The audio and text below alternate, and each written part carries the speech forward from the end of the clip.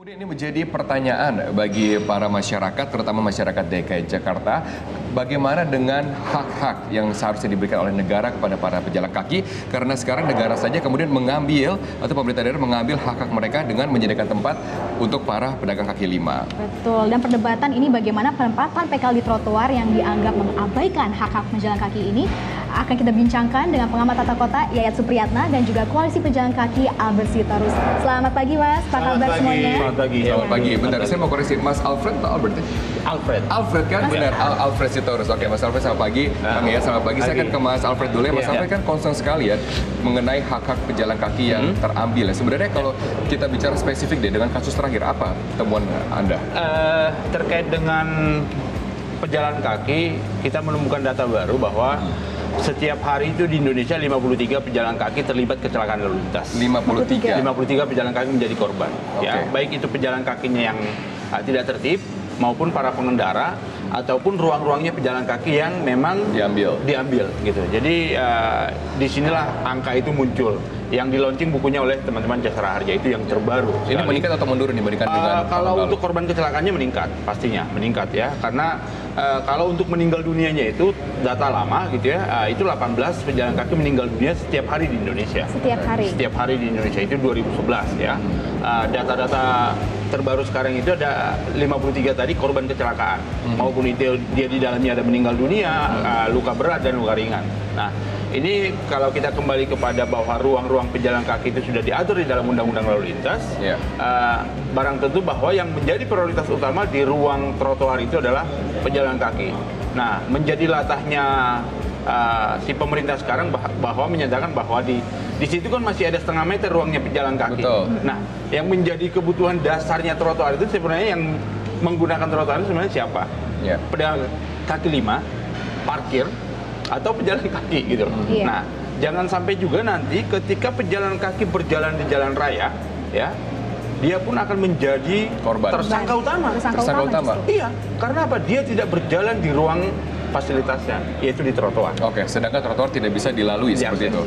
Nah, sebenarnya setengah meter ini cukup nggak sih Mas sebagai dari pejalan kaki? Kalau bicara teknis, seorang pejalan kaki butuh ruang hanya berjalan saja, seorang pejalan kaki butuh 80 cm. Berarti itu setengah meter kurang. Setengah meter kurang, seorang pejalan kaki.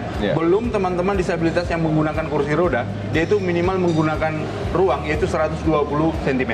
120 cm. Itu hanya satu aja ya, satu orang aja. Belum lagi yang membawa stroller, tas, dan yang lain-lain, itu kebutuhan ruangnya, itu beda-beda. Kalau kita ada dua pejalan kaki yang berpapasan, 80 cm kali 2 sudah ketahuan, 160 cm butuh ruang. Itu minimum.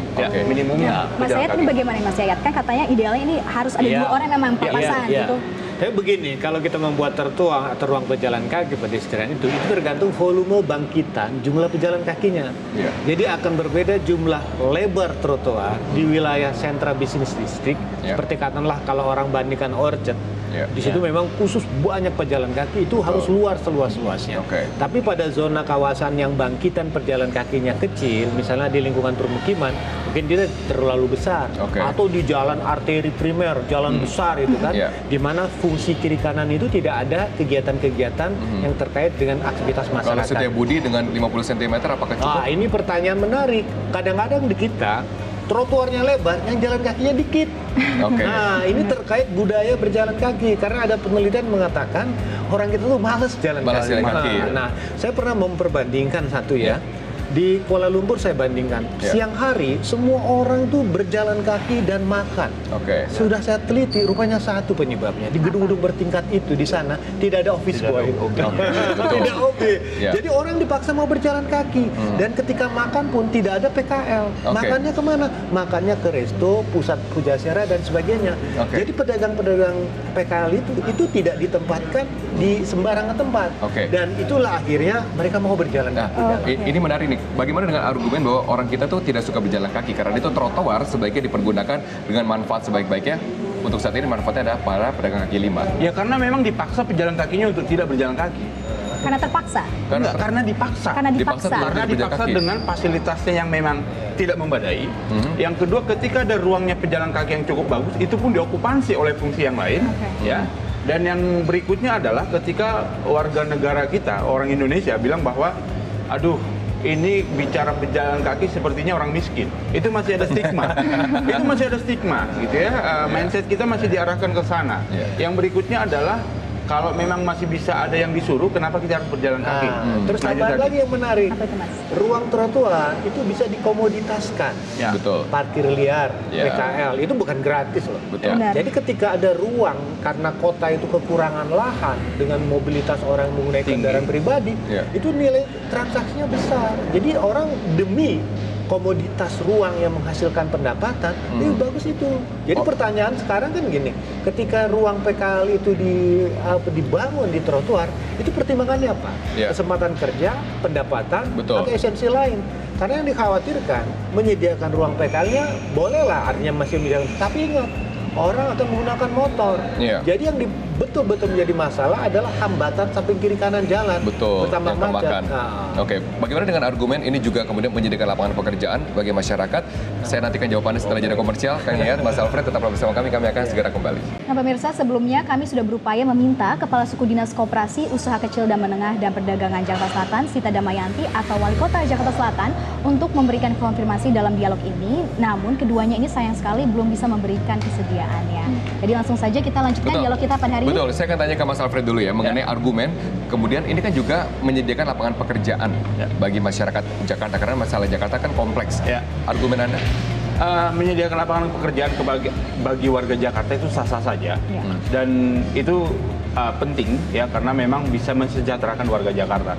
Tapi kita juga harus perlu melihat kaidah-kaidah bahwa regulasi kita juga jangan sampai dilabrak, ditabrak-tabrak dengan karena hanya bicara mau menyediakan lapangan pekerjaan. Jadi bagaimana caranya kita menyediakan lapangan pekerjaan bagi masyarakat, tapi tidak juga membangkang aturan yang sudah ada di negara kita. Tidak dengan melanggar aturan. Ya itu kan bisa menyediakan lapangan pekerjaan, dan yang paling utama adalah cari kreativitas dan ide-ide untuk memberikan lapangan pekerjaan bagi warga Jakarta tadi. Dengan cara misalnya seperti apa ide Anda untuk para PKL? Dari awal sudah ditawarkan bahwa ajak semua gedung-gedung untuk bisa menampung PKL. Nah itu. Dan persil-persil gedung itu yang tembok-tembok gedung itu bukan pagar depannya, itu bisa di-bypass semua dan dibuatkan flow pejalan kaki bisa melintasi para PKL tadi. Dan yang paling penting adalah ketika sudah kerjasama dengan pihak gedung, si bidang ruang yang sudah dibebaskan oleh pihak gedung, itu pajaknya bisa dinolkan saja, nggak apa-apa. Karena pemerintah kan bisa dapat kontribusi. Itu di situ. Nah, Mas Ed ini bagaimana dengan atau sebagai masukan potensi solusi? Iya, ini kan solusi kan banyak. Tadi mengajak partisipasi pusat perkantoran, pusat perbelanjaan, atau juga membangun pujasera. Dan yang paling menarik kalau pemerintah provinsi mempunyai aset tanah, mengapa tidak itu dimanfaatkan, ya kan? Atau fasus-fasus, misalnya contoh taman. Taman model di Surabaya itu tamannya ditata, PKL-nya ditempatkan di sekitar taman, dan fungsi PKL untuk menjaga taman. Jadi ada fungsi ekonomi dan ada fungsi rekreasi di dalamnya. Nah, yang kedua yang menarik adalah perlu ada pendataan tentang jumlah PKL, misalnya kalau ditetapkan dalam satu kawasan. Atau kita mengacu kepada konteks simbiosis mutualisme, PKL di Malioboro, Jogja. Di depan toko itu tetap dibuatkan ruang bagi PKL. Jadi ada sharing antara pemilik toko dengan para ini. Jadi ada fungsi yang tetap dipertahankan. Ruang pejalan kakinya ada, fungsi PKL-nya ada. Kemudian yang ketiga, memang saya mengatakan bahwa PKL ini akan menjadi problem jika tidak ada solusi yang berani dilakukan. Solusi yang berani? Solusi bukan yang berjangka pendek saja? Yang berjangka pendek. Misalnya contoh satu Skybridge. Tanah Abang. Tanah Abang. Itu kan merupakan sebuah cara bagaimana menampung PKL yang tidak mengganggu ruang pejalan atau ruang jalan kaki di bawah. Jadi betul-betul memfungsikan PKL itu pada tempat dan ruang. Karena kalau tidak ada pola seperti itu, Jakarta ini tanahnya mahal banget. Apakah sekarang ini tidak ada pola seperti itu? Bagaimana sih rencana tata ruang DKI Jakarta untuk PKL? Begini, dalam konteks pembinaan UKM dengan tata ruang itu ada namanya LOKBIN, lokasi binaan, atau nanti LOKSEM, lokasi sementara. Bukan lokasi sempit kan? Bukan lokasi sempit gitu ya. LOKBIN ini dari kacamata pemerintah pendekatannya regulasi, tetapi dari sisi kepentingan PKL kurang, karena menurut PKL lokasi binaan itu jauh dari masyarakat, jauh dari pembeli dan sebagainya. Nah, bagaimana dialog itu dibuka. Yang menjadi pertanyaan sekarang, siapa sih yang mewakili PKL? Asosiasi ada, grup-grup